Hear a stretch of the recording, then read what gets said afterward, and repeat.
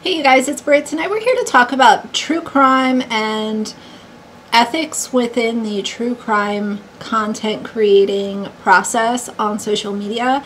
I had quite a few thoughts and a recent video that kind of kicked all of this off, at least in my mind. So we're going to talk for a few minutes. If you're interested, please keep watching.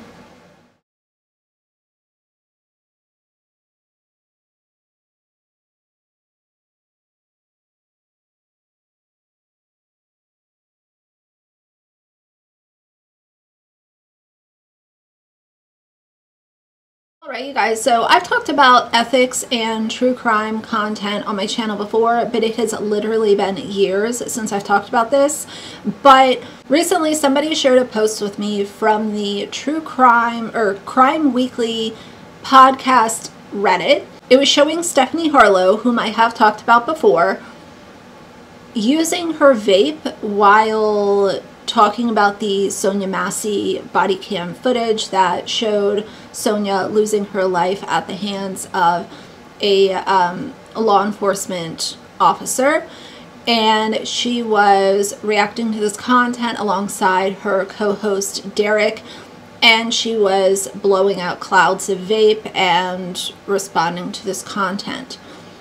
There were a lot of really good comments on that Reddit page, just people raising the very basic red flags of this is tacky, it's distasteful, it's not showing respect to the family members that are still surviving. This is not, it's just not how to create content with kindness and compassion.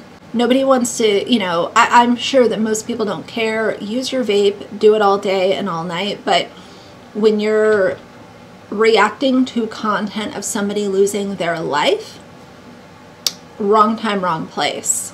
And if you disagree, sound off down below, as always. But then my mind started going and I started thinking about other things that people do while creating true crime content. And the top thing that came to my mind is eating, doing mukbangs. There are a few YouTubers that create this content on a normal basis. And if you go into YouTube and type true crime mukbang, Stephanie Soo comes up a lot. And somebody else, their channel name is Angela Eats. That's another content creator that eats very often while doing true crime content. Now, Stephanie has a really big audience, especially here on YouTube, so I'm sure that some of her fans will come across my video and just tell me how wrong I am and how I don't understand and I'm blowing something out of proportion.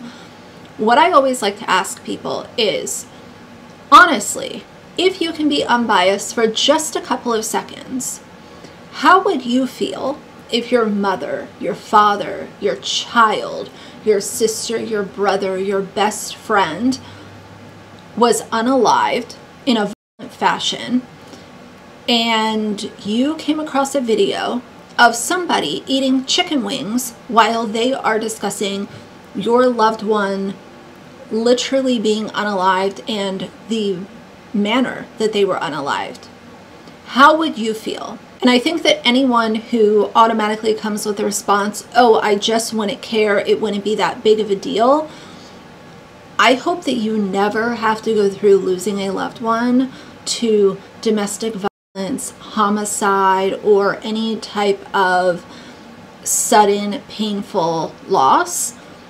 Because I think that if you have gone through that, or maybe you know somebody close to you that has gone through that, you might be able to recognize just a little bit why eating, you know, chicken wings and Cheesecake Factory and Wingstop and more chicken wings, like, that is not a good look. I think a fair bit of these true crime content creators get started and they are genuinely interested in these cases, and some of them might want to spread awareness and get the story out there. But as the views go up, the level of self-awareness and the true compassion that they might have had early on kind of fizzles away.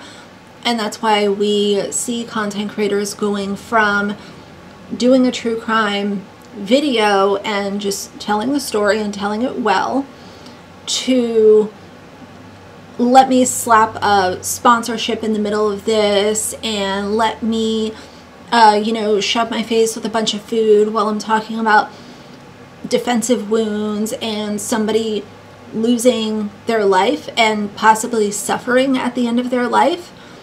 There is this night and day difference that sometimes happens with these channels. I realize that some people might say, well, you know, it's entertaining and it's a way to kind of mesh two different genres. I think that when you're talking about people that are losing their lives, that should be the sole focus. I don't think that talking about somebody that was unalived with a knife or stalked and then unalived or part of a DV situation where somebody lost their life, I think that content should be able to stand on itself, and the content creator should be able to tell the story without saying, how can I mesh a totally different genre in with me telling the story of a young mother or a young father or whoever losing their life. I think this comment section might be a little 50-50, a little all over the place, which I'm always happy to see and go through the comments and see what y'all have to say. Am I, you know, focusing on the wrong thing here? Do you agree with me? Do you feel like the capitalization on awful end-of-life tragedies is growing at a really scary rate? Do you feel like some of the care and some of the morale goes down the drain when you start eating cheesecake in the middle of a video where you're talking about somebody that lost their life? I'd really like to see the comments on this one. I will be watching. And to close this video out, I would like to also say that anybody that wants to come here and defend Stephanie Harlowe and say, oh, well, she's vaping because she's stressed out, or she's vaping because that's just the way that she, whatever, respond, like, whatever excuse y'all are going to try to put on her, there is this wonderful tool. It's called editing, and you can splice out little parts of your video. And if there is a 5 to 8 second clip where you are blowing clouds of vape all over while this woman is about to lose her life, you can splice that little part out, and you could also just take a break and deal with your vice and then pick up recording again. But either way, speaking of tragedies, I need to film an update on Joshua Block, World of T-Shirts. There's been a lot happening with him, which I want to go ahead and fill y'all in for anyone who is interested. So yeah, that's it for today. So if you like the video, please leave a like and a comment. And if you'd like to see more from me in the future, please subscribe. I'll see you guys soon. Bye.